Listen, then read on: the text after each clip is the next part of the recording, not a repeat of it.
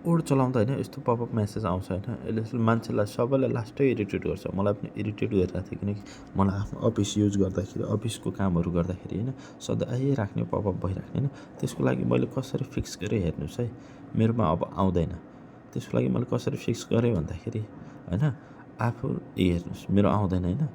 त्यसको लागि कसरी फिक्स गर्ने भन्दाखेरि तपाईँले आफ्नो होइन कम्प्युटर अन गर्ने, कम्प्युटर अन गरिसकेपछि होइन, अन गरिसकेपछि दिस पिसी भन्नेमा गएन होइन, दिस पिसी भन्नेमा जाने। हेर्नुहोस् यहाँ दिस पिसी भन्ने छ, दिस पिसीमा जाने। दिस पिसीमा होइन ड्राइभर सी भन्ने होला, ड्राइभर सीमा जाने होइन। ड्राइभरमा सीमा होइन यहाँ प्रोग्राम फाइल भन्ने होला होइन, प्रोग्राम फाइलमा 84 भन्ने होला, त्यहाँ गएर कमन फाइल भन्ने होला, कमन फाइलमा गएर त्यहाँ अफिस भन्ने होला होइन। अनि त्यसपछि अफिस प्रोटेक्सन सेक्युरिटी भन्ने होला अफिस होइन। त्यहाँ के छ भने ओएसपिआरएम भन्ने एउटा ऊ छ।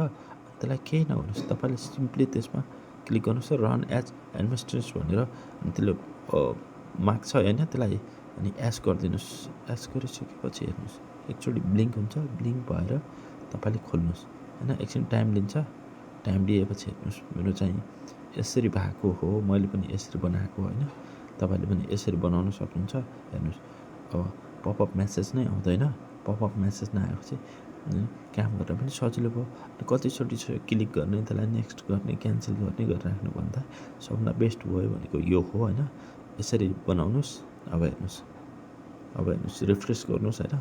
अब रिफ्रेस गरेर होइन, रिफ्रेस गर्नुहोस्, रिफ्रेस गरेर 2-3 चोटि रिफ्रेस गरेर अब हेर्नु 2-3 चोटि रिफ्रेस गरेर अब फेरि ओडलाई एकचोटि ओपन गर्नुहोस् न होइन। रिफ्रेस गर्नुहोस् अनि ओड ओपन गर्नुहोस्।